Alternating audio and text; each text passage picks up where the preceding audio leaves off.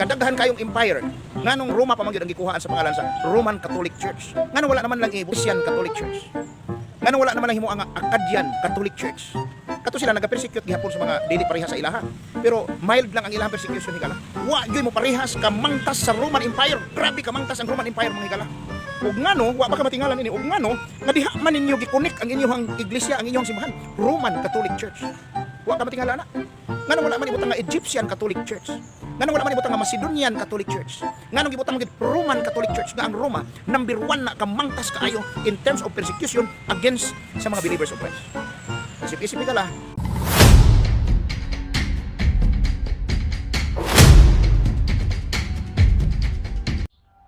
Roman Catholic dili ka na usa ka racial term, apan usa ka na ka ecclesiastical term or pangsimbahan nga termino nga nagapunting sa pundok, nagapunting sa relihiyon nga nagikan sa Jerusalem, wa dawata sa Jerusalem apan gipaabot kini sa gitawag og Roma. So nganong diha man nakahuk ang simbahang Katoliko anang word or term nga Roman Catholic? Nga naman pinakauna pagpamatuod man gud kana nga kanang maong gitawag og simbahan na mao nang gikan sa Jerusalem. Kasi sumala pa ni Ginoong Jesucristo, St. Matthew chapter 21, verse 43, "Pagakuhaon gikan kaninyo ang gingharian sa Dios og ibalhin kini ngadto sa nasod nga makahatag sa iyahang bunga. Og kanang nasura musugot mog sa dili maunang Roma." Roma kapitulo 1 bersikulo 7 hangtod sa 8. Sumala pa ni San Pablo, "Tungod kaninyong taga Roma ang pagtuo nakaylap sa tibuok nga kalibutan." Manong Roma man gyud ang ato ang musilbi importante kaayo sa ato ang gitawag og lugar. Ngano man tungod sa hinungdan nga ang mga apostol, particularly usa dinha ang pangulo sa mga apostol nga San Pedro, diha namatay anang lugara. And at the same time sa panahon nila, o nagbasa kag kasaysayan toy, sa panahon ni kaniadto, sa panahon ni Kristo, sa panahon sa mga apostol, ang center of civilization mauna ang Rome, ang Roma. Muna kung makig-away silang mananap, ni kana nga panahon manggod ang Roman Empire manggod kaniadto mo nagiila sa mga apostol nga mapintas nga mananap. Ang Roman Empire ha, munang kinahanglan na buntugon. So kung makig-away gani kag dragon, uluhon ginani mo. Muna ang ulo sa mga apostol, ang makita ang ulo sa mga apostol nga San Pedro, niadto nag-Roma. Og didto namatay, og didto gilubong.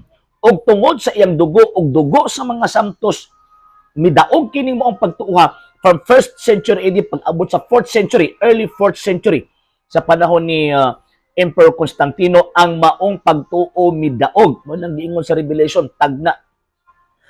Revelation chapter 7, kung wala ko masayop nga magmaya kit na kalangitan kay ang gingharian sa kalibutan kaniadto nahimo ng gingharian sa Dios.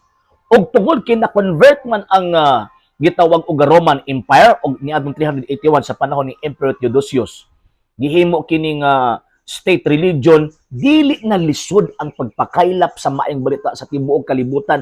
Ngano man kay ang Roman Empire na ang ilang gisakyan para ang pagtuo mahiabot sa gitawag og tibuok kalibutan. Even sa panahon nga nahagsa ang Roman Empire ni adtong 476 AD, pero it does not mean nga nawalang simbang Katoliko. Hinuon tungod sa Romanong Imperyo nga gipatindo, gipalig-o nila ang simbahan didto ni anang maong imperyo, mao nang milukop sa tibuok kalibutan.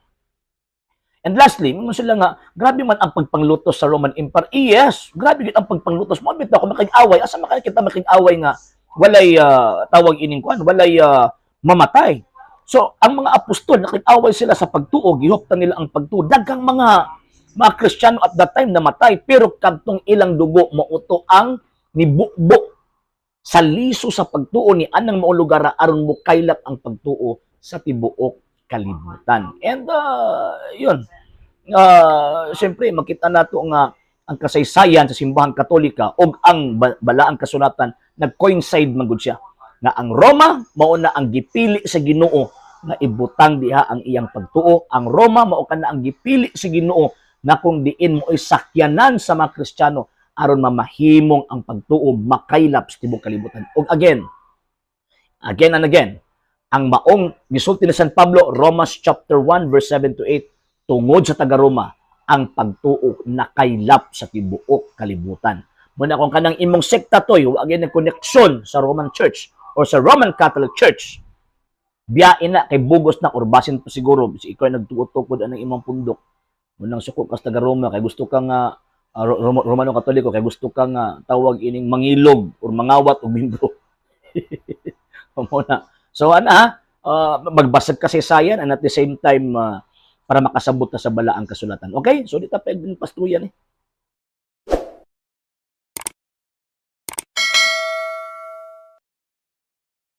Sa hindi pa po nakapag-follow sa mga pages po natin, i-follow niyo po yung mga pages po natin, RJ Horolanciano II, TV Apolia Punto Argumento page, Kuya Apologies TV page, and RJ's Vlog 2022. And pwede rin po kayo mag-send po dyan ng Facebook stars. And also, sa atin po mga channels, sa hindi po nakapag-subscribe, i-subscribe po ninyo yung mga channels natin, The Lay Catholic, Apologies International Official, RJ Sano II TV, Kuya Apologies TV, and Barrio Kawayan Religious Forum. And pwede rin po kayo mag-send po dyan ng super sticker, super chats, and super thanks. And maraming salamat po sa mga kapatid at mga Katoliko na ulis pong tumutulong sa programa po natin. Maraming salamat po. Nang dahil po sa tulong at suporta po ninyo, ang programa po ito, until now, andito pa rin po sa social media. And until now din po, nangangailangan pa rin po tayo sa tulong at suporta po ninyo dahil wala po kami magagawa rito mga sir, mga ma'am, kung wala po yung tulong at suporta po ninyo. Sa gusto pong tumulong, sa gusto pong sumuporta, pwede po ninyong ipadala ang tulong at suporta po ninyo sa pamamagitan po ng ating mga account numbers dyan po sa ating pong screen. And pwede nyo po kaming i-message sa ating pong page kung via remittance po yung papadala po ninyo. Maraming salamat po in advance.